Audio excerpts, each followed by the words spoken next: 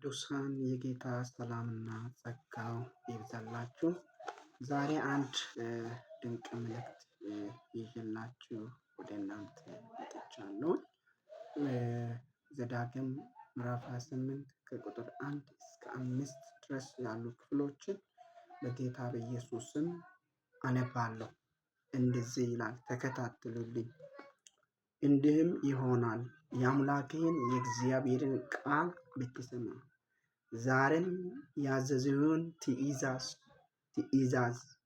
ትእዛዙን ሁሉ ብታደርግ ብትጠብቅም፣ አምላክህ እግዚአብሔር ከምድር አሕዛብ ሁሉ ላይ ከፍ ያደርግሃል።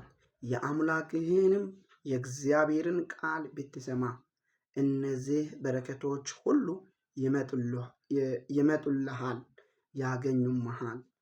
ቁጥር 3 ላይ አንተም በከተማ ብሩክ ትሆናለህ፣ በእርሻም ብሩክ ትሆናለህ።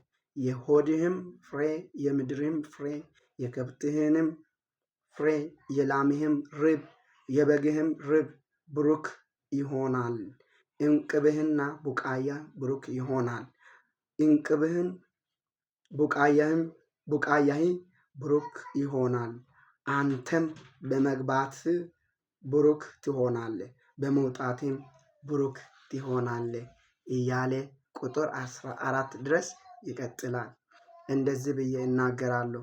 እግዚአብሔርን የሚሰማ ሰው፣ የእግዚአብሔርን ቃል የሚሰማ ሰው በዚህ ዓመት 2018 ላይ ከበረከት ያለፈ በረከት ውስጥ ይገባል። ማንን የሚሰማ?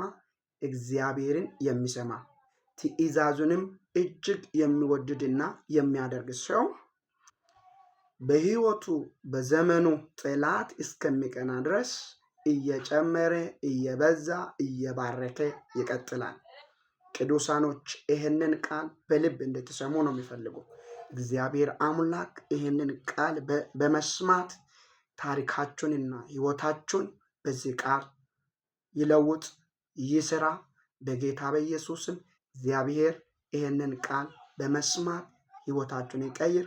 ላይክና ሼር በማድረግ ኮሜንት በመስጠት ይህንን ቃል አሜን ብላችሁ ተቀበሉ። እግዚአብሔር አምላክ ሕይወታችሁ ዘር ማንዘራችሁ ይባርክ።